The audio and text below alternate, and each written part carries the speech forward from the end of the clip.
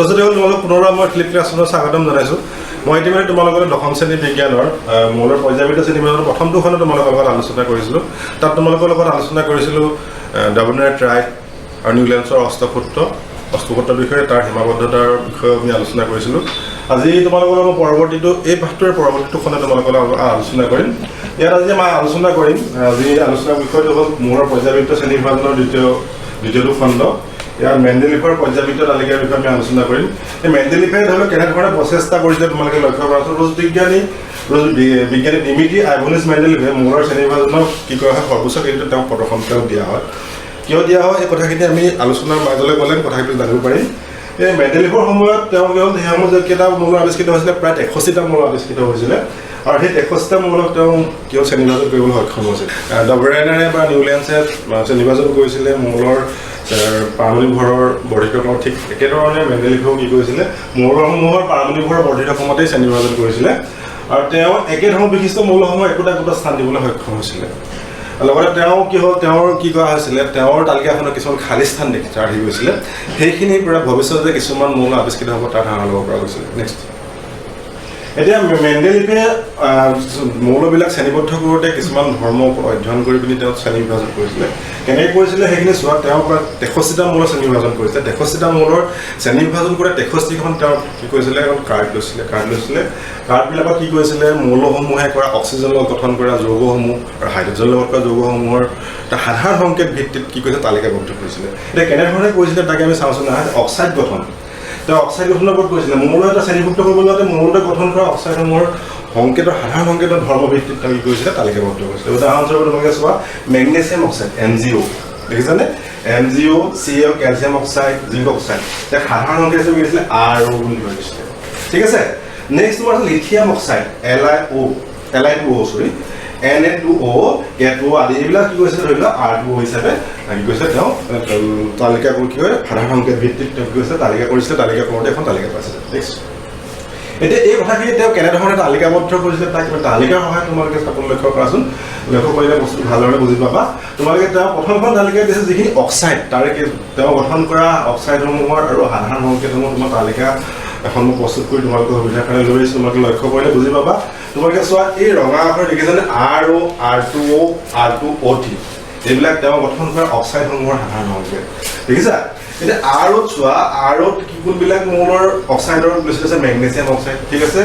calcium oxide ZnO চোৱাচোন এই গোটেইখিনি মৌলৰ যিখিনি উদাহৰণ লোৱা হৈছে এই RO ধৰণৰ হৈছে এইটো সাধাৰণ সংকেত ঠিক আছে ঠিক একেদৰে তোমালোকে লক্ষ্য কৰা lithium oxide Li2O sodium oxide Na2O K2O এইখিনি তোমাৰ মৌলৰ অক্সাইডসমূহ চোৱাচোন R2O বিশিষ্ট হৈছে ঠিক আছে একেদৰে Al2O3 B2O3 এই মৌলৰ যিখিনি অক্সাইড লোৱা হৈছে অক্সাইড চোৱা R2O3 বিশিষ্ট হৈছে বুজিছানে এইখিনি মেণ্ডেলিফৰ আমাৰ যিটো মৌলৰ শ্ৰেণীভুক্ত কৰিবলৈ ব্যৱহাৰ কৰা অক্সাইড যৌগৰ সাধাৰণ সংকেতৰ কিছুমান সংকেতৰ উদাহৰণ দিবলৈ দিয়া আছে একেদৰে তেওঁ আৰু এটা প্ৰচেষ্টা লৈছিলে তেওঁ হাইড্ৰাইড মৌলসমূহে কি কৰে হাইড্ৰজেনৰ লগত যিখিনি হাইড্ৰাইড যৌগ গঠন কৰে তাৰ সাধাৰণ সংকেতৰ ভিত্তিত তেওঁ কি কৰিছিলে তেওঁ মানে শ্ৰেণীবদ্ধ কৰিছিলে ঠিক আছে কেনেধৰণে কৰিছে তোমালোকৰ সহায়ৰ এখন তালিকা লৈছিলোঁ লক্ষ্য কৰাচোন তোমালোকে চোৱা ইয়াত RH ওপৰত দিছে RH RH2 RH3 RH4 বিশিষ্ট এইখিনি সাধাৰণ সংকেত বিশিষ্ট এতিয়া RH সাধাৰণ সংকেত বিশিষ্ট যিখিনি হাইড্ৰাইড যৌগ চোৱাচোন কিবা লিথিয়াম হাইড্ৰাইড LiH ঠিক আছে নেক্সট আছে NaH সোডিয়াম হাইড্ৰাইড KH মানে পটাছিয়াম হাইড্ৰাইড সেইখিনি কি হ'ল সাধাৰণ সংকেত বিশিষ্ট কি হ'ল RH বুজি পাইছানে ঠিক একেদৰে তোমালোকৰ RH চোৱা MgH2 CaH2 ZnH2 এইখিনি হ'ল RH2 সাধাৰণ সংকেত বিশিষ্ট একেদৰে তোমাৰ এমোনিয়া NH3 তোমাৰ RH বিশিষ্ট আৰু RH4 বিশিষ্ট এটা মৌলৰ যৌগৰ উদাহৰণ কি হ'ল হাইড্ৰাইড যৌগৰ উদাহৰণ মিথেন CH4 ঠিক আছে এইদৰে তেওঁ মানে কি হ'ল যেতিয়া তোমাৰ সেই সময়ত আৱিষ্কৃত 63টা মৌল আছে 63টা মৌল কি কৰিছিলে অক্সিজেনৰ লগত গঠন কৰা অক্সাইড আৰু হাইড্ৰজেনৰ গঠন কৰা হাইড্ৰাইডবিলাকৰ যেতিয়া তোমাৰ ইটোৰ লগত ইটো মানে তালিকা দি যাওঁতে এখন তালিকা প্ৰস্তুত হৈছিল সেই তালিকাখননো কেনেকুৱা ধৰণৰ আছে নেক্সট তেওঁ এখন তালিকা পাইছে এই ঠিক এইখন এখন তালিকা পাইছিলে এখন মেণ্ডেলিফৰ পৰ্যায়ভিত্তিক তালিকা তেওঁৰ পৰা প্ৰচেষ্টাবিলাক কি হ'ল ক'ত কৈছিলে অক্সাইড আৰু হাইড্ৰেটৰ লগত গঠন কৰা যিবিলাক যৌগ আছে যৌগ ভিত্তিত যে তালিকাবদ্ধ কৰিছিলে তেনেকুৱা এখন ৰক্ষণ কোৱা হয় এখন তালিকা কৰিছে যাক কোৱা হয় মেণ্ডেলিফৰ পৰ্যায়বিত তালিকা বুলি কোৱা হয় ইয়াত তোমালোকে লক্ষ্য কৰি দেখিবা তোমালোকে ইয়াত কিছুমান কি হ'ল ভূমি সমান্তৰাল শাৰী দেখিছা কিছুমান উলম্ব শাৰী দেখিছা দেখিছানে বাৰু ইয়াত তোমালোকে চোৱা যিখিনি তোমাৰ উলম্ব শাৰী কেইটা আছে কোৱাচোন 1ৰ পৰা 8 লৈকে কেইটা আছে 8টা উলম্ব শাৰী আছে 1 2 3 4 5 6 7 8 ৰোমান সংখ্যা হয় থকা আছে এই উলম্ব শাৰী যিবিলাক হয় এইবিলাক কি বুলি কোৱা হয় তোমাৰ বৰ্গ বুলি কোৱা হয় ঠিক আছে এই বৰ্গবিলাক তোমালোকে যদি লক্ষ্য কৰা দেখিবা তোমালোকে এই 1ৰ পৰা 7 লৈকে চোৱা A আৰু B একা দেখিছানে অৰ্থাৎ দুটা উপবৰ্গ আছে দেখিছা দুটা উপবৰ্গ আছে কিন্তু 8 নম্বৰ বৰ্গখিনি হ'ল সংক্ৰমণহীন মৌল বা টেনশ্যন সিৰিজ বুলি কোৱা হয় এই কোনো ধৰণৰ উপবৰ্গ নাই এটা ধৰা উপবৰ্গ 1ত তোমাৰ দেখিছানে তোমাৰ যিখিনি তেওঁ কৰিছিলে আধাৰ সংখ্যা তোমাৰ তালিকা সৰু তালিকা কৰিব দেখাইছিলো ইয়াত চোৱা R2O বিশিষ্ট হ'ব সংখ্যা সাধাৰণ সংখ্যা বিশিষ্ট বা RS বিশিষ্ট কিন্তু 1 বৰ্গত দিয়া হৈছে দেখিছা নেক্সট তোমালোকৰ চোৱা RO বা RS2 যিখিনি তোমাৰ সাধাৰণ সংখ্যা বিশিষ্ট মৌল সেইখিনি প্ৰতি আছে 2 নম্বৰ বৰ্গত স্থান দিয়া হৈছে ইয়াৰ পিছত তোমাৰ চোৱা R2O3 আৰু RS3 সাধাৰণ সংখ্যা বিশিষ্ট যিখিনি মৌল প্ৰতি আছে 3 নম্বৰ বৰ্গত স্থান দিয়া হৈছে ঠিক একেদৰে RO2 আৰু RS4 যি সাধাৰণ সংখ্যা বিশিষ্ট যিখিনি মৌল আছে তোমাৰ তাত প্ৰতি আছে 4 নম্বৰ বৰ্গত স্থান দিয়া হৈছে ঠিক আছে 5 নম্বৰ বৰ্গত কি দিছে R2O5 আৰু RS3 যিখিনি সাধাৰণ সংখ্যা বিশিষ্ট মৌলখিনি কৰে 5 নম্বৰ বৰ্গত স্থান দিয়া হৈছে ঠিক আছে একেদৰে 6 নম্বৰ বৰ্গত কি হৈছে RO3 আৰু RS2 সাধাৰণ সংখ্যা বিশিষ্ট মৌলবিলাক 6 নম্বৰ বৰ্গত স্থান দিয়া হৈছে একে 7 নম্বৰ বৰ্গত R2O7 RS যিখিনি সাধাৰণ সংখ্যা বিশিষ্ট যিখিনি মৌল আছে মৌলখিনি 7 নম্বৰ বৰ্গত স্থান দিয়া হৈছে আৰু 8 নম্বৰ বৰ্গত RO4 সাধাৰণ সংখ্যা বিশিষ্ট মৌলখিনি 8 নম্বৰ বৰ্গত স্থান দিয়া হৈছে তাৰপিছত আমাৰ যিখিনি ভূমি সমান্তৰাল শাৰী দেখিছানে ভূমি সমান্তৰাল শাৰীবিলাকক কি বুলি কৈছে এটা পৰ্যায় বুলি কৈছিলে বা পথালি শাৰীবিলাকক তেওঁ কেইটা পৰ্যায় পাইছিলে চোৱা এই 6টা পৰ্যায় পাইছিলে তোমালোকে তালিকাখন তোমালোকৰ কিতাপতো আছে মই ইয়াতো তোমালোক সংলগ্ন কৰি দিছোঁ তোমালোকে লক্ষ্য কৰি লিখিবা ইয়াত তোমাৰ চোৱা 1 নম্বৰৰ পৰা 3 নম্বৰলৈকে কোনো ধৰণৰ উপশাৰী নাই দেখিছানে বাৰু কিন্তু 4 নম্বৰৰ পৰা 6 নম্বৰলৈকে যিকেইটা পথালি শাৰী আছে প্ৰত্যেকতে দুটা উপশাৰী আছে দেখিছানে 4 নম্বৰ তোমাৰ দেখে চোৱাচোন 1 নম্বৰ শাৰী 2 নম্বৰ শাৰী দ্বিতীয় শাৰী দেখিছানে একেদৰে 5 নম্বৰৰ লগত প্ৰথম শাৰী দ্বিতীয় শাৰী আছে আৰু 6 নম্বৰটো প্ৰথম শাৰী দ্বিতীয় শাৰী আছে তোমালোকে কথাটো হ'ল কি এইখিনি বস্তুকে তোমালোকৰ এই মেণ্ডেলিফৰ পৰ্যায়বিত তালিকা তোমালোকে দশম শ্ৰেণীৰ বিজ্ঞানত এইখিনিলৈকে উপলব্ধ হৈছে নেক্সট অলৰেডি তোমালোক তালিকাখনৰ বিষয়ে তোমালোকক আলোচনা কৰিছিলোঁ ইয়াতে এই কথাখিনি লিখি যাব তোমালোকৰ সুবিধাৰ কাৰণে মই লৈছোঁ তোমালোক লক্ষ্য কৰাচোন মেণ্ডেলিফৰ মৌলৰ পৰ্যায়বিত শ্ৰেণীভাগ কৰোঁতে যি ভূমি সমান্তৰাল শাৰী মই অলৰেডি তোমালোক কৈছোঁৱেই পথালি শাৰীবিলাক কি বুলি কয় পৰ্যায় বুলি কোৱা হয় ইংৰাজী পিৰিয়ডছ বুলি কোৱা হয় আৰু তেখেতে পোৱা তালিকাত কি যিখিনি উলম্ব বা স্তম্ভ শাৰী পাইছিলে এইবিলাক কি বুলি কয় বৰ্গ বুলি কোৱা হয় বুজিছানে তেওঁৰ পৰ্যায়বিত তালিকাতকৈ 8টা বৰ্গত কি আছিলে 8টা বৰ্গ মানে ৰোমান সংখ্যা 1ৰ পৰা 8লৈ লৈছিলে তাতে কৈছিলোঁ 1ৰ পৰা 7লৈকে যিখিনি আছে তাতে AB দুটা উপবৰ্গ আছে কিন্তু 8 নম্বৰ বৰ্গত নাই 8 নম্বৰ বৰ্গ কি আছে সংক্ৰমণীয় বৰ্গ নেক্সট এতিয়া তেওঁৰ কথাটো হ'ল কি তেওঁৰ এটা যি শ্ৰেণীবিভাজন কৰিছিলে শ্ৰেণীবিভাজন কৰিলে এটা সূত্ৰ আছিলে এই সূত্ৰটো কি হ'ল চোৱা মই তেওঁ অলৰেডি তোমালোক প্ৰথম প্ৰাৰম্ভিকে মই পাঠটোৰ প্ৰাৰম্ভিকতে কৈছিলোঁ যেনেকৈ ডবেৰেইনাৰ আৰু নিউলেন্সে তোমাৰ ধৰি লওক শ্ৰেণীবিভাজন কৰোঁতে তাৰ ভিত্তিটো পাৰমাণৱিক ভৰ ঠিক একেধৰণে মেণ্ডেলিফেও কি কৈছিলে যি মৌলৰ শ্ৰেণীবিভাজন কৰোঁতে তাৰ ভিত্তিটো কি লৈছিলে পাৰমাণৱিক ভৰ হৈছিলে কিন্তু এই পাৰমাণৱিক ভৰৰ ধৰি লওক বৰ্ধিত ক্ৰমটো কেনেকৈ সলনি হয় এই সূত্ৰ এটা আছে তাক কি কোৱা হয় মেণ্ডেলিফৰ পৰ্যায়বিত সূত্ৰ বুলি কোৱা হয় মৌলবোৰৰ ধৰ্মবোৰ কি হয় সিহঁতৰ পাৰমাণৱিক ভৰৰ বৰ্ধিত ক্ৰমত কি হয় পৰ্যায়ক্ৰমে কি হ'ল সলনি হয় কি বুলি কোৱা হয় মেণ্ডেলিফৰ পৰ্যায়বিত সূত্ৰ বুলি কোৱা হয় আৰু মেণ্ডেলিফৰ পৰ্যায়বিত তালিকাত মই অলৰেডি তোমালোকৰ লগত আলোচনা কৰিছোঁ 1ৰ পৰা 7 নম্বৰ বৰ্গলৈ AB উপবৰ্গ আছে কিন্তু 8 নম্বৰ বৰ্গত কোনো উপবৰ্গ নাই আৰু তাত কি হ'ল একেটা বৰ্গত থকা যিখিনি মৌল আছে প্ৰত্যেকবাৰে ধৰ্মবিলাক কি হয় একে হয় নেক্সট এতিয়া মেণ্ডেলিফৰ পৰ্যায়বিত তালিকাৰ সফলতা ঠিক আছে মেণ্ডেলিফৰ পৰ্যায়বিত তালিকাৰ সফলতাবিলাক এনেকুৱা ধৰণৰ মানে কি হ'ল মেণ্ডেলিফৰ পৰ্যায়বিত তালিকাৰ কি হ'ল মানে শ্ৰেণীবিভাজন মৌলৰ শ্ৰেণীবিভাজন সৰ্বোচ্চ কৃতিত্ব কি হ'ল মেণ্ডেলিফক দিয়া হয় বুজি পাইছেনে মেণ্ডেলিফে ডবেৰেইনাৰ কৈছিলে ডবেৰেইনাৰ বহুতো অসুবিধা খোৱা বা সীমাবদ্ধতা ৰৈ গৈছিলে নিউলেন্সেও প্ৰচেষ্টা কৰিছিলে নিউলেন্সৰো যথেষ্ট অসুবিধা ৰৈ গৈছিলে কিন্তু এই গোটেই বিশৃংখলতাৰ মাজত শৃংখলতা কোনে লগাইছিলে মেণ্ডেলিফে লগাইছিলে গতিকে সেইকাৰণে মেণ্ডেলিফক কি কোৱা হয় মৌলৰ পৰ্যায়বিত শ্ৰেণীবিভাজনৰ সৰ্বোচ্চ কৃতিত্ব দিয়া হয় এতিয়া তেওঁৰ কথাটো হ'ল কি তেওঁৰ কেনেধৰণে সফলতা লাভ কৰিছিলে সফলতাখিনি তোমালোকৰ কাৰণে গুৰুত্বপূৰ্ণ তোমালোকৰ পৰীক্ষাতো বিভিন্ন ধৰণৰ প্ৰশ্ন আহে মেণ্ডেলিফৰ পৰ্যায়বিত সফলতাৰ বিষয়ে লিখিবলৈ আহে তোমালোকে মন দি লক্ষ্য কৰিবা তাৰপিছত মেণ্ডেলিফৰ পৰ্যায় সৰ্বপ্ৰথমে কেইটা হ'ল তেওঁ সৰ্বোচ্চ 61টা মৌলৰ বিষয়ে অৱগত হৈছিলে বুজি পাইছেনে আৰু তেওঁ কি কৈছিলে তালিকাখনত কি কৈছিলে মৌল একেটা বৰ্গত কি কৈছিলে কেতিয়াবা একেধৰণৰ বিশিষ্ট মৌলবিলাকক স্থান দিবলৈ যাওঁতে মানে তুলনামূলকভাৱে বেছি পাৰমাণৱিক ভৰ বিশিষ্ট মৌলকো কম পাৰমাণৱিক ভৰ বিশিষ্ট মৌলৰ আগত স্থান দিছিলে নেক্সট সেইকাৰণে দেখা যায় এতিয়া তালিকাখনত কি হ'ল চোৱা সেই যিটো কৰিছিলে তোমালোকৰ মই কৈছিলোঁ আৰু তোমাক এতিয়া কৈছিলোঁ মানে কেতিয়াবা তেওঁৰ একেধৰণৰ বিশিষ্ট মৌলবিলাকক যেতিয়া একেটা বৰ্গত স্থান দিবলৈ চেষ্টা কৰিছিলে চেষ্টা কৰি কি কৰিছিলে তুলনামূলকভাৱে অলপ বেছি পৰিমাণৰ পাৰমাণৱিক ভৰৰ মৌলক কম পৰিমাণৰ পাৰমাণৱিক ভৰ বিশিষ্ট মৌলৰ আগত স্থান দিছিলে উদাহৰণস্বৰূপে তোমাৰ হৈছে কোবাল্টৰ পাৰমাণৱিক ভৰ 58.9 কোবাল্টৰ কিমান হয় 58.9 আনহাতে নিকেলৰ কি হয় চোৱা 58.7 এটা চোৱা 0.9 আৰু 0.7 এটা কাৰ বেছি চোৱা কোবাল্টৰ বেছি বহিব লাগিছিলে কোবাল্টৰ নিকেলৰ পাছত গম পাইছেনে কিন্তু কথাটো হ'ল কি একেধৰণৰ বিশিষ্ট মৌলবিলাকক একেটা বৰ্গত স্থান দিবলৈ যাওঁতে কোবাল্টক কি কৈছিলে নিকেলৰ আগত স্থান দিছিলে ঠিক আছে তাৰ উপৰি কি হ'ল মেণ্ডেলিফে কি কৈছিলে তেওঁৰ তালিকাখনত কিছুমান খালী স্থান এৰি থৈ গৈছিলে আৰু সেইখিনিয়ে কি দিছিলে এটা ইংগিত দিছিলে যে ভৱিষ্যতে কিছুমান নতুন মৌল আৱিষ্কৃত হ'ব ঠিক আছে নেক্সট তাৰোপৰি তেওঁ কি হ'ল কিছুমান মানে খালী স্থানবিলাকৰ আগত এটা কি কৰিছিলে সেই মৌলবিলাকক নাম দিছিলে একা অৰ্থটো হ'ল এটা সংস্কৃত শব্দ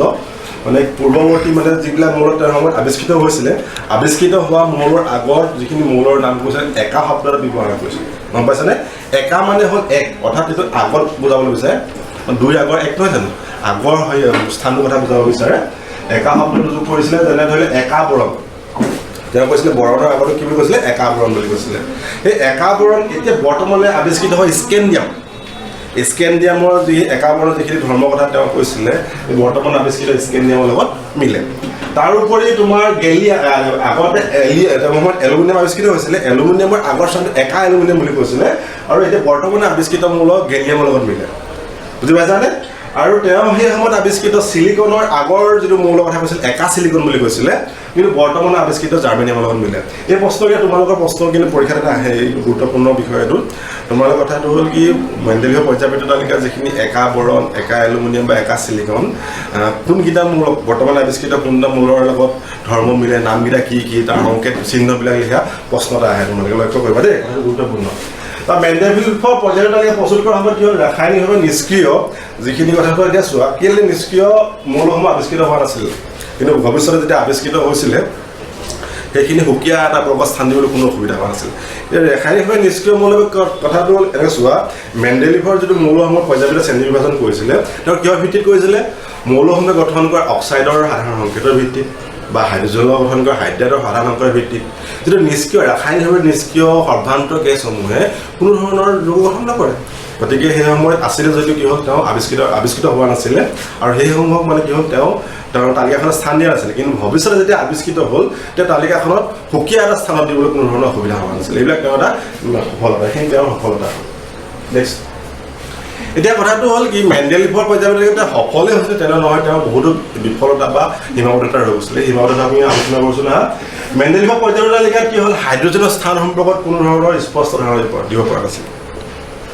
বুজি পাইছানে আৰু মেণ্ডেলিফৰ পৰ্যায়ত তালিকাত সমস্থানিকৰ স্থান সম্পৰ্কত একো ধাৰণা দিব পৰা নাছিল মানে কথাটো সমস্থানিক আগলৈ তোমালোকে জানা অলৰেডি নৱম শ্ৰেণীত পঢ়ি আহিছা যিবিলাকৰ কথাটো হ'ল তোমাৰ কি হয় পৰমাণু ক্ৰমাংক কিন্তু ভৰ ক্ৰমাংক বেলেগ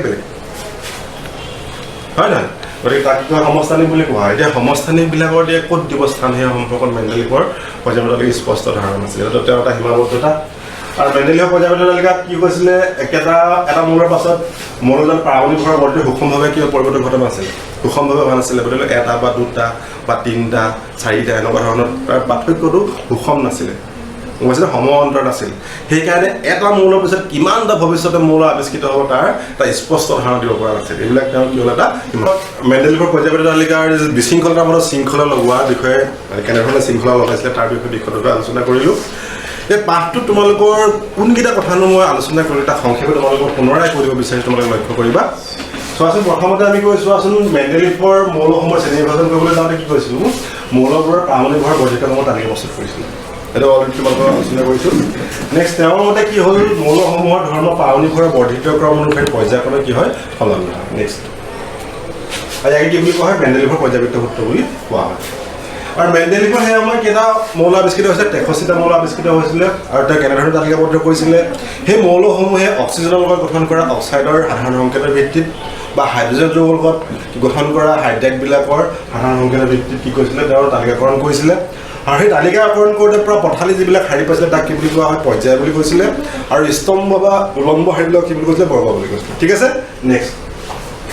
আৰু সেইধৰণে কৰোঁতে তেওঁ যিটো তালিকাবদ্ধ কৰিছিলে কেইটা পৰ্যায় পাইছিলে 6টা পৰ্যায় পাইছিলে লগতে 8টা বৰ্গ পাইছিলে আৰু সেই তালিকাখনত 1 নম্বৰৰ পৰা 7 নম্বৰ বৰ্গলৈ কি হ'ল সেইখিনি প্ৰতিটো বৰ্গতে কি আছিলে এ আৰু বি উপবৰ্গ আছিলে আৰু 8 নম্বৰৰ কোনো উপবৰ্গ নাই এটা সংক্ৰমণশীল মৌল বা সংক্ৰমণ শ্ৰেণী বা টেনশ্যনেল শ্ৰেণী বুলি কোৱা হয় এইখিনি ঠিক আছে তাৰোপৰি এতিয়া পৰ্যায়ৰ তালিকাত কিছুমান খালী স্থান এৰি থৈ গৈছিলে সেইখিনি কি কৰিছিলে ভৱিষ্যতে কিছুমান মৌল আৱিষ্কৃত হ'ব তাৰ এটা ভৱিষ্যতবাণী দি গৈছিলে নেক্সট এতিয়া কথাটো হ'ল কি তোমালোকৰ লগত ইমান সময় মই পাঠটো আলোচনা কৰিছোঁ পাঠটোৰ বিষয়বস্তু তোমালোকে কিমাননো আয়ত্ব কৰিলে তাকে জানিবৰ কাৰণে সৰু সৰু কিছুমান প্ৰশ্ন তোমালোকৰ কাৰণে ৰৈছোঁ এই পাঠটোৰ আমাৰ ভিডিঅ' পাঠটোৰ লগতে জড়িত যদিও তোমালোকে এতিয়া পাঠটোৰ চোৱাৰ পিছত তোমালোকে প্ৰশ্নহীন কৰিবলৈ অসমৰ্থ হোৱা তেন্তে পুনৰ ভিডিঅ' পাঠটো চাবা তাতো যদি অসমৰ্থ হয় ডেছক্ৰিপশ্যন বক্সত মোৰ পাৰ্চনেল হোৱাটছএপ নম্বৰ তোমালোকৰ উপলব্ধ কৰা হ'ব গতিকে কৰিবলৈ যত্ন মোৰ লগত যোগাযোগ কৰি তোমালোকে প্ৰশ্নবিলাক সমাধান কৰিব পাৰিবা এতিয়া প্ৰথমটো প্ৰশ্ন হ'ল মেণ্ডেলিফৰ পৰ্যায়ৰ তালিকা ব্যৱহাৰ কৰি potassium carbon aluminium silicon barium আৰু ছডিয়ামে গঠন কৰা অক্সাইডৰ সংকেত লিখা এতিয়া পৰ্যায়ৰ তালিকাখন মই ভিডিঅ' পাঠটো দিছোঁ তোমালোকে পাঠ্যপুথিটো আছে মই চাই ল'বা আৰু তাৰ সাধাৰণ সংকেতবিলাক লক্ষ্য কৰি বা সাধাৰণ সংকেতবিলাক লক্ষ্য কৰি কোনটো বৰ্গত আছে বা কোনটো পৰ্যায়ত আছে সেই পৰ্যায়ৰ ভিত্তিত তাৰ সাধাৰণ সংকেতৰ লগত মানে কি তুলনা কৰি পিনি এই মৌলবিলাকে কেনেধৰণৰ অক্সাইড গঠন কৰিব তাৰ সংকেতবিলাক লিখিবলৈ যত্ন কৰিবা নেক্সট গেলিয়ামৰ উপৰি আন কোন কেইটা মৌল আৱিষ্কৃত হোৱাৰ পূৰ্বে মেণ্ডেলিফে তেওঁৰ তালিকাত স্থান এৰি থৈ গৈছিল সেই মৌলকেইটা পূৰ্বৰ নাম আৰু বৰ্তমানৰ নাম কি তাক লিখিবলৈ কোৱা হৈছে নেক্সট আৰু মেণ্ডেলিফৰ পৰ্যায়ৰ তালিকাৰ সফলতা বিফলতা মই অলৰেডি মই ভিডিঅ' পাঠটোত আলোচনা কৰিছোঁ তোমালোকে নিশ্চয় বুজি পাইছা কৰিব পাৰিবা আৰু মেণ্ডেলিফে তেওঁৰ পৰ্যায়ৰ তালিকাখনত প্ৰস্তুত কৰোঁতে মানি চলা নীতিবিলাক কি কি আছিল উল্লেখ কৰা আৰু সৰ্বান্ত গেছবোৰৰ এটা সক্ৰিয় বৰ্গত স্থান দিয়া হৈছে কিয় এই কথাটো তোমালোকৰ পাঠটোত মই আলোচনা কৰিছিলোঁ কি হয় মানে আমাৰ সৰ্বান্ত গেছবিলাক কি হয় ৰাসায়নিক নিষ্ক্ৰিয় কথাটো মই কৈছিলোঁ পাঠটোত তোমালোকে কৰিবলৈ যত্ন কৰিবা ইমানতে মই পাঠটো সামৰিছোঁ আশা কৰোঁ তোমালোকে পাঠটো সুন্দৰভাৱে আয়ত্ব কৰিছা আৰু কিবা যদি অসুবিধা থাকে পুনৰাই মোৰ ডেছক্ৰিপশ্যন বক্সত মোৰ হোৱাটছআপ নম্বৰ থাকিব যোগাযোগ কৰিব পাৰিবা আজিলৈ পাঠটো মই ধন্যবাদ